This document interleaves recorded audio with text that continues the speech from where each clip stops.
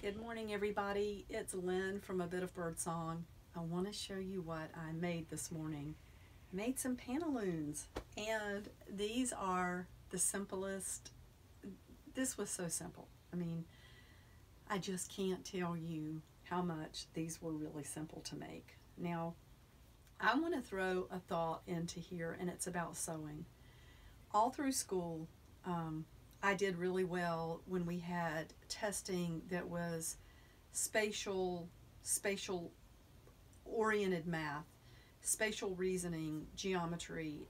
I scored really high on when we would have those end of year tests, like I don't even remember what some of them are called now, but I really believe that my mother teaching me to sew at a young age helped develop that part of my brain. I can remember being even as young as about 6 years old. Seems like I was younger than that, but I think that would have to be the age based on the other memories around that. I can remember sitting under a kitchen table, and my mother had given me some fabric and a needle and thread, and she was close by, and she was teaching me very simple things like how to go in and out with the needle.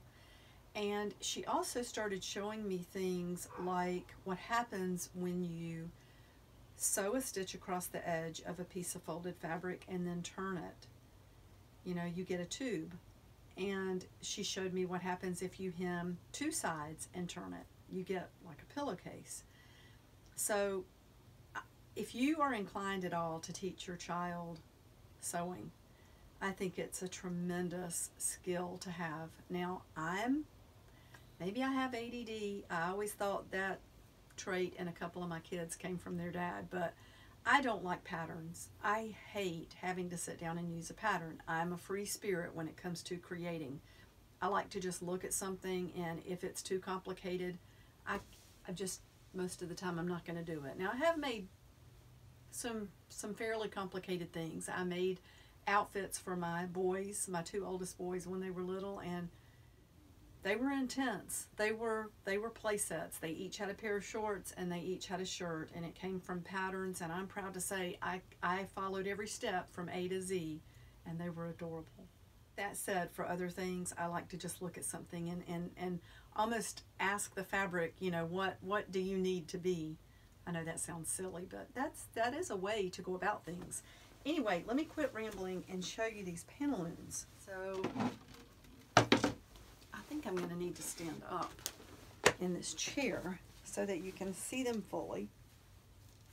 They're big, which is what I wanted. And the inseam here is kind of short because I wanted these to be full. I think this is popular right now. Don't want to fall. So I think these big pants are popular, and believe me, they're comfortable.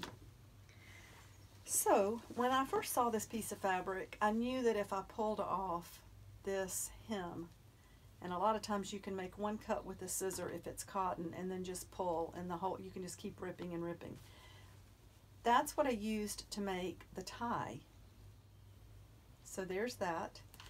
And then over here, to make my own little tag, I just cut a piece of fabric out from different fabric, a little rose, and zigzagged around the edge to make this look like, you know, a fancy tag.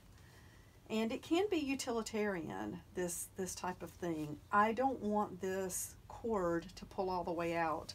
So the stitch here holds it in place at the center of this side, and also the center of the cord, so that I have the same length of cord always on each side of the pants. I'm going to talk about utilitarian, not utilitarianism, the government, but just utility. And utility is really beautiful. That's a beautiful thing. Being utilitarian usually means to choose things because they're useful and not just because they're beautiful, but you know, things like shaker furniture and Amish, things that are made just to be used and just to be loved and just to support everyday life.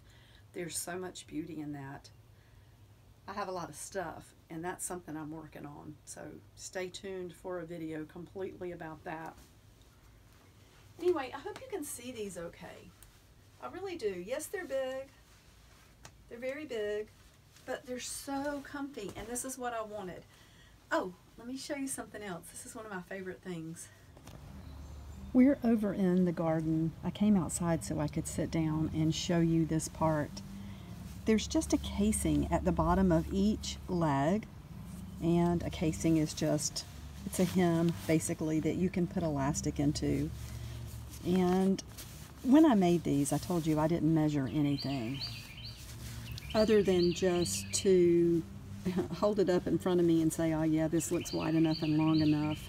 But after they were made, the legs were really long. They weren't dragging the ground, but they were a little bit longer than I wanted. So I just pulled up the outside edge of each leg bottom like this. Just made a little crease and pulled that up. And I sewed a button into place. This one's got a few flower petals under it. But I figured if I could lift it enough on the outside, let me turn that and see if you can see this. I figured if I could lift it enough on the outside, it would naturally lift it up on the inside too. And I love these. Honestly, I'm going to be making more of these. They are so comfortable. And if you're wearing something long over it, I mean, it doesn't matter to me that they're big. At this point, if you think my pants are too much like pantaloons or balloon pants, you don't have to look at them. That happened when I got older. Anyway, there you go. If you want me to get another piece of fabric and do this from start to finish, there's a bee. You need to go outside. That's where you belong. Go to your bee hotel. Could be a hornet. I definitely want him to find his way out. Anyway, if you want me to get a piece of fabric and make a pair of these again and totally show you how I did this, I'm happy to do that. So just let me know what you think. All right, I'm gonna go get birdseed. Bye for now. I got the bee out. I didn't hurt it. I held this up to it and it landed on this, and then I just put it right out the door.